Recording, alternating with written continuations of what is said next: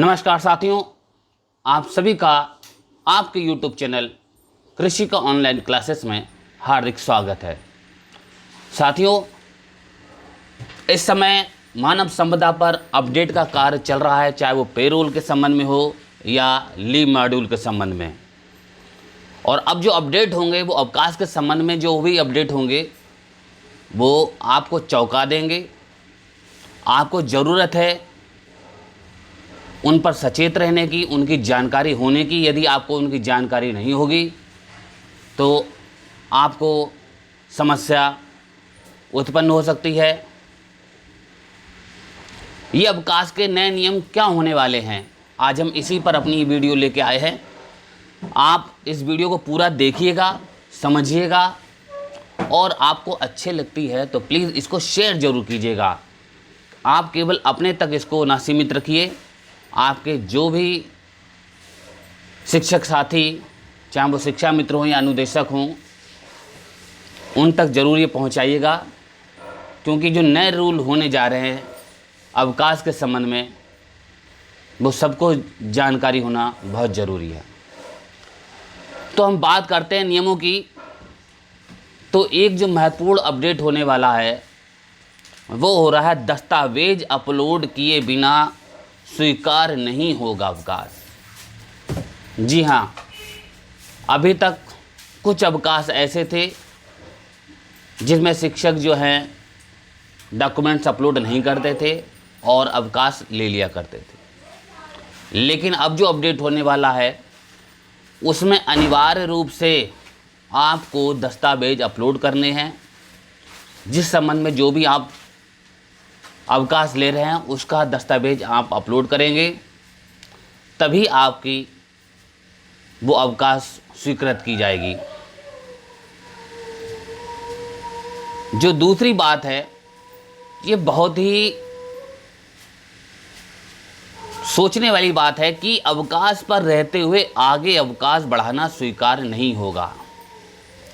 जी हाँ साथियों, बाकी सभी अवकाशों में ये संभव हो सकता है, लेकिन यदि कोई मेडिकल पर है, अभी हम साथी लोग जब मेडिकल लेते हैं पोर्टल के माध्यम से तो उसमें कब से कब तक की डेट भरनी होती है। ये ऑप्शन ही बड़ा सोचनीय है कि जब हम बीमार हैं तो हमें कैसे पता कि हम कितने दिन में ठीक हो जाएंगे, लेकिन फिर भी हमें पोर्टल में वो डेट डालनी कि हमें मेडिकल कब तक चाहिए।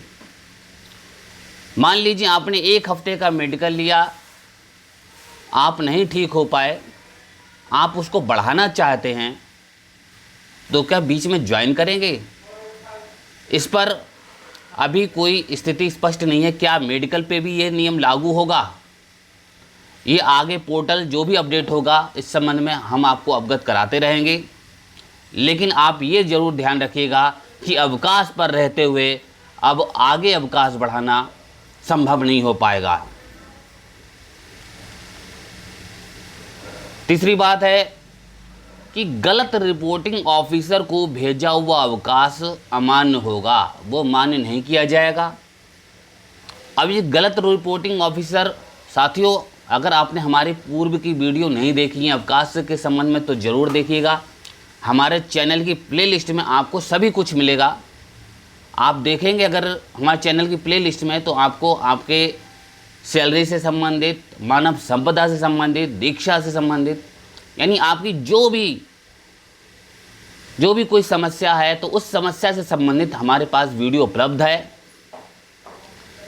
तो उसमें बताया गया था कि अगर आप विद्यालय में असिस्टेंट हैं, असिस्टेंट टीचर हैं, शिक्षा मित्र हैं, अनुदेशक हैं, तो आप रिपोर्टिंग ऑफिसर अपने हेड इंचार्ज को बनाएंगे। बीओ को केवल हेड और इंचार्ज ही रिपोर्टिंग ऑफिसर बना सकते हैं। इसलिए आप अपनी कोई भी अवकाश ले रहे हैं तो आप रिपोर्टिंग ऑफिसर देख लीजिए पहले कि रिपोर्टिंग ऑफिसर हमने सही चुना है।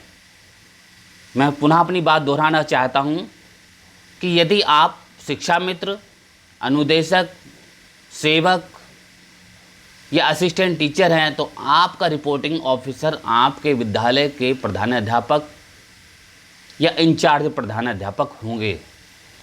और जब आप कोई अवकाश ले तो आप उन्हें अवगत करा दें, जिससे वो, और हेड की जो जिम्मेदारी है वो ये है कि जो भी उसको आकस्मिक अवकाश कोई सेंड कर रिक्वेस्ट भेजता है तो आप उसे स्वीकार करेंगे, और इसके अलावा कोई भी अवकाश होगा तो आप अपने बीओ को फॉरवर्ड करेंगे।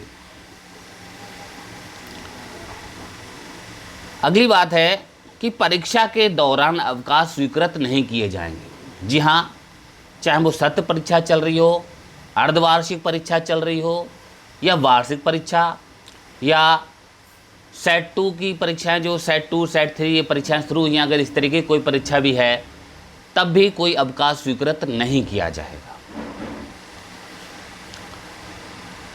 फिर है निर्वाचन ड्यूटी के समय अवकाश स्वीकृत नहीं होंगे। यदि निर्वाचन ड्यूटी आपकी लगी है तो आपका कोई अवकाश स्वीकृत नहीं किया जाएगा। साथ ही साथ अपरिहार्य विभागीय कार्य होने पर भी अवकाश स्वीकार नहीं होंगे।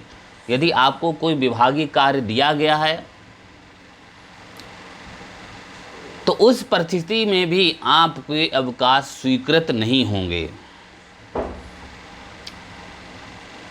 साथियों, इस बात का भी ध्यान रखिएगा कि जिस दिन आपको सीएलसी अगर आप उसी दिन डाल रहे हैं तो आप समय से पूर्व डाल लीजिए, क्योंकि अब उस समय में का भी ध्यान रखा जाएगा कि अगर आपका स्कूल का टाइमिंग जो गर्मियों में रहती है 8 बजे से, तो आपको जो अवकाश है अगर आप उसी दिन डाल रहे हैं तो आप 8 बजे से पहले वो अवकाश डाल सकते हैं, तब तो वो आपके वो स्वीकृत हो जाएंगे। अगर आप 8 के बाद अगर आप आवेदन करेंगे तो आपके वो अवकाश स्वीकृत नहीं होंगे और शायद वो पढ़ भी ना पाएँ। तो ये आप ध्यान रखिएगा। अगर आप पहले से ही निश्चिंत है कि हमें अवकाश इस दिन लेना है तो आप पहले से ही आवेदन कर दीजिए, और यदि आपको इमरजेंसी में उस दिन ही लेनी पड़ रही है तो आप प्लीज़ समय से पूर्व ज़रूर ले लीजिएगा। ठीक इसी प्रकार जब जाड़े में हमारा विद्यालय 9 बजे का हो जाता है तो हमें वही नियम अपनाना होगा कि 9 बजे से पहले ही हमें अपने अवकाश पोर्टल पर डालने हैं। तो साथियों, आपको हमारी ये वीडियो कैसी लगी, जानकारी कैसी लगी? यदि आपको ये जानकारी अच्छी लगी है तो प्लीज़ शेयर ज़रूर कीजिएगा।